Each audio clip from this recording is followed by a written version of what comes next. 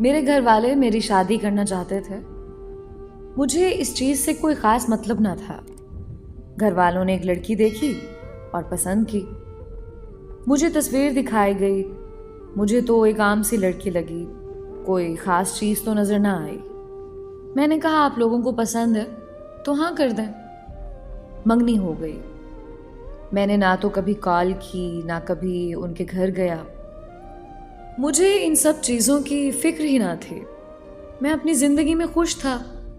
अच्छा कमा लेता था, अपना काम था, ऊपर फ्लैट था, बाहर से खाना खाता और सो जाता। पूरा दिन नीचे काम पर गुजारता था। दिल किया तो घर भी चले जाते थे हम। शादी का दिन आ गया। मैंने घर कहा बस निकाह करो और कोई रस्म वगैरह रहने दो। मुझे बस यही था, एक लड़की की जिम्मेदारी उठानी है बस। खाने पीने और जो वो ज़रूरत की चीज़ें मांगे ला दो बस। मतलब कि शादी ना भी होती तब भी अपना गुजारा हो रहा था। शादी हो भी जाए तो फ़र्क तो आना नहीं था। शादी हुई, लड़की को घर ले आए। बाकी वो जो रस्म वगैरह होती है ये तो सब घर वालों की होती है। रुखसती वगैरह के बाद मैं घर आ गया। खैर मैंने कहीं पढ़ा था शादी के 2 नफल अदा करने होते हैं। मैंने वो भी अदा कर लिए और इसी बहाने इशा की नमाज भी पढ़ ली। वैसे कभी दिल में आया तो नमाज पढ़ ली, नहीं तो ना सही। और मैं सो गया, जो मेरी रूटीन थी। मुझे नींद आई और मैं सो गया। ना तो मुझे खुशी थी और ना ही गम।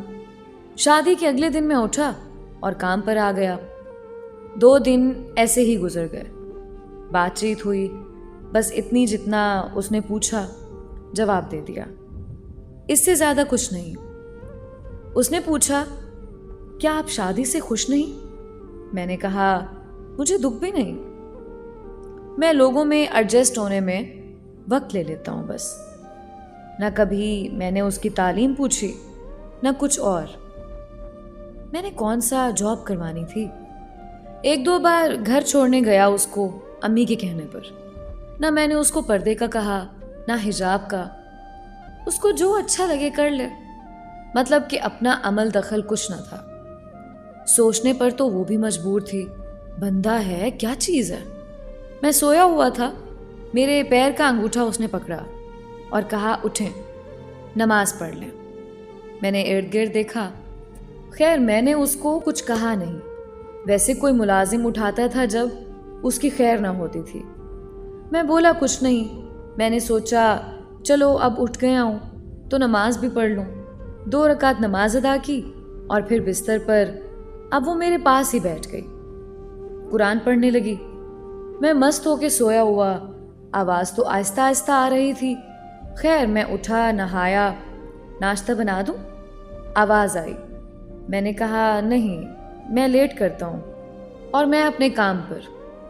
खैर लेट था, मैं घर नहीं गया और फ्लैट पर ही सो गया। अगले दिन मैं घर गया तो अम्मी ने क्लास ली कि घर क्यों नहीं आया, अब तेरी शादी हो गई है, जितना मर्जी लेट हो जाए घर आना है। वो पास ही खड़ी थी।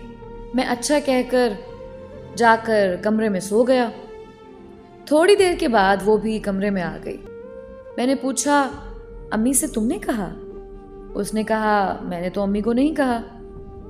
अगली सुबह उसने फिर मुझे उठा दिया और खुद जाए नमाज पर खड़ी नमाज अदा की नीयत बांधी हुई थी। अब बंदा उसको क्या कहे। खैर हमने भी शर्मो शर्मी वुजू करके नमाज अदा कर ही ली। उसके बाद उसने कहा आप मेरी बात सुने। मैंने कहा जी कहिए। मैं आपकी बीवी हूँ। मैंने कहा हाँ जी। बीवी के कुछ हुकूक होते हैं। मैंने कहा पता है। उसके बाद वो कुरान पढ़ने लगी। मैं खामोश अपने मोबाइल पर लगा रहा। अगली रात वो शरारतें करने लगी और जैसे तैसे उसके हुकूक अदा किए या उसने अपने हुकूक ले लिए। वो लड़की आहिस्ता आहिस्ता मेरी जिंदगी में इन्वॉल्व होने लगी। खैर अपने भी मजे होने लगे।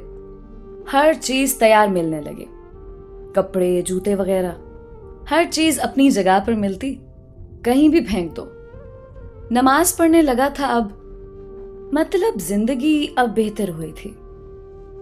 उसके आने से काफी घुल मिल गए थे हम।